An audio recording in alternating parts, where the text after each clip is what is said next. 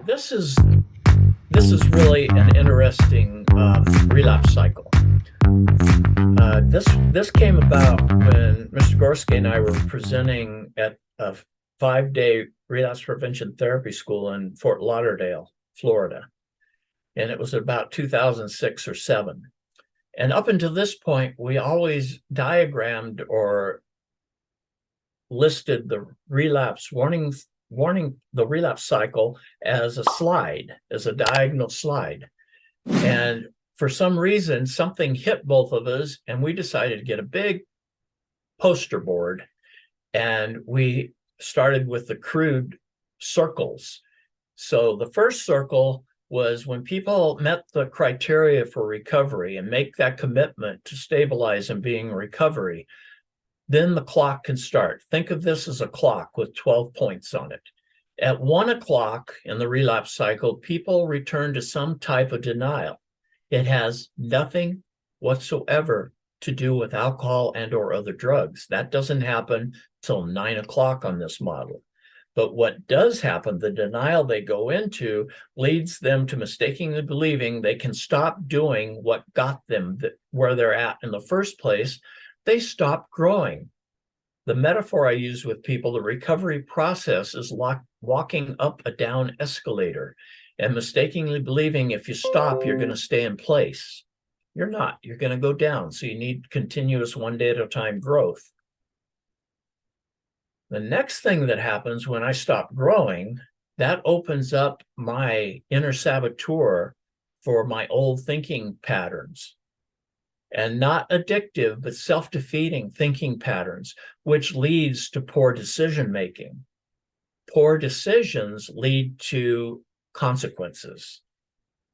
And I start experiencing stress, problems, pain, angst, anxiety.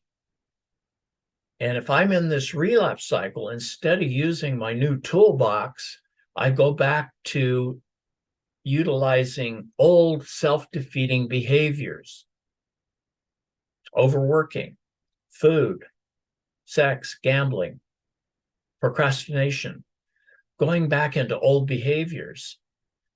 Now, the next stage is really an important stage to really understand, and I call this strategic isolation. Now, the person may not look like they're isolating. The person may be going to meetings, but they're alone in their head in the meetings. They're not integrating. They are isolating from people that are in the solution, which creates a vacuum, and that leads them to hanging out with old people, places, and things, the playgrounds, playmates, and playthings that got them in trouble in the first place. Now, a very sad thing happens because their decision-making is already impaired. The people they're hanging out with have even worse decision-making tools, so they start experiencing even more pain and problems. This is what brings the addict gladiator online. The addictive thinking returns.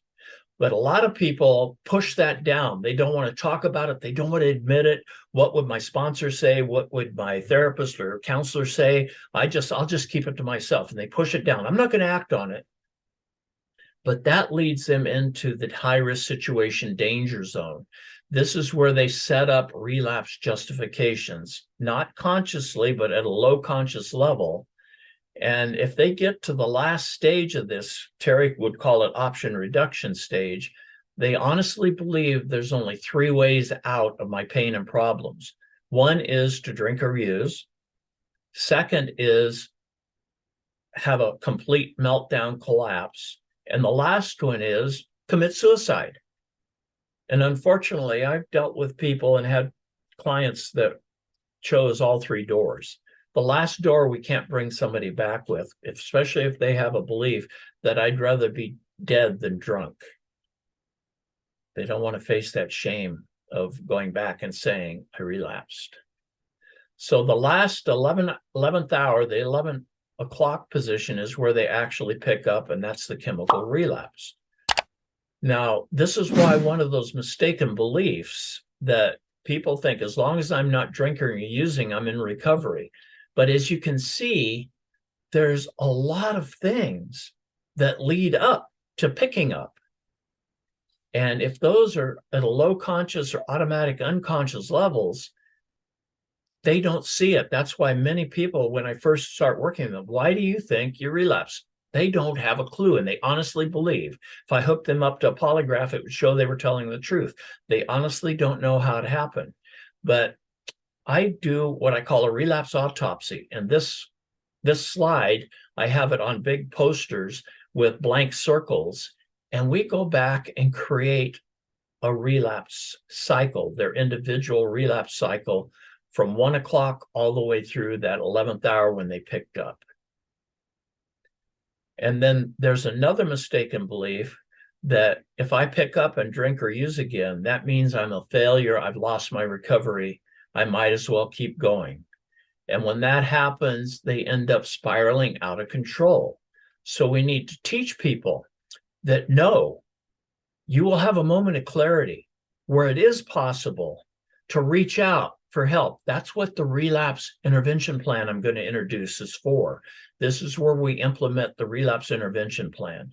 But this plan is a twofold plan. It could also be implemented at any from 1 o'clock all the way through 11 o'clock. Don't have to implement it, wait to implement it until they actually start the chemical use. So this is the relapse cycle.